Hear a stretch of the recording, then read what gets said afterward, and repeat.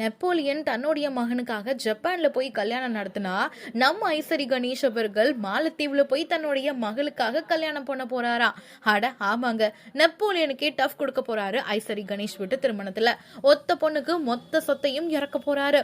தயாரிப்பாளர் மட்டுமில்லாம வேல்ஸ் யூனிவர்சிட்டி நிறுவனத்துடைய சேர்மன் ஐசரி கணேஷ் ஒரே மகளுக்காக ஏகப்பட்ட ஏற்பாடுகளோட திருமணத்தை நடத்த போறாரு. கோடி கணக்குல பணத்தை வாரி இறைச்சிருக்காரா ஐசரி கணேஷ். ஈசிஆர்ல இருக்கக்கூடிய பழைய டிரைவிங் தியேட்டர்ல திருமண ரிசப்ஷனுக்காக 30 கோடி செலவு செஞ்சு செட் போட்டிருக்காங்க. இது வரவேற்புக்காக மட்டும்.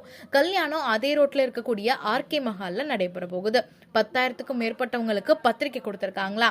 ஏன் இவ்வளவு பிரம்மாண்டமானது அப்படின்னு பலருமே யோசிக்க, ஆதரவற்றோர்கள், வயதான பெரியவங்க, மாற்றுத்திறனாளிகள்னு எல்லாருக்குமே இந்த கல்யாண நிகழ்ச்சியில சாப்பாடு ஏற்பாடு செய்யப்பட்டிருக்கு. இவங்களுக்கு கல்யாணம் நடக்கக்கூடிய மண்டபத்துல உணவு பரிமாறவும் இருக்காங்களா. ஐசரி கணேசன் விருப்பப்படி இந்த கல்யாணம், அவங்களுடைய மகள் பிரீத்தா ஆசைப்படி மாலத்தீவுலையும் ஒரு கல்யாணம் நடக்க போகுதாம். அதுக்காக தனி சார்ட்டர் பிளைட்ல சுமார் 250 பேர் அங்க புறப்பட்டு போய் அங்க ஒரு கல்யாணம் நடக்க போகுது அப்படின்னு சொல்லியிருக்காங்க. ஒரே மகளான பிரீத்தாவுடைய திருமணத்தை இப்படி ஏற்பாடு செஞ்சிருக்காரு.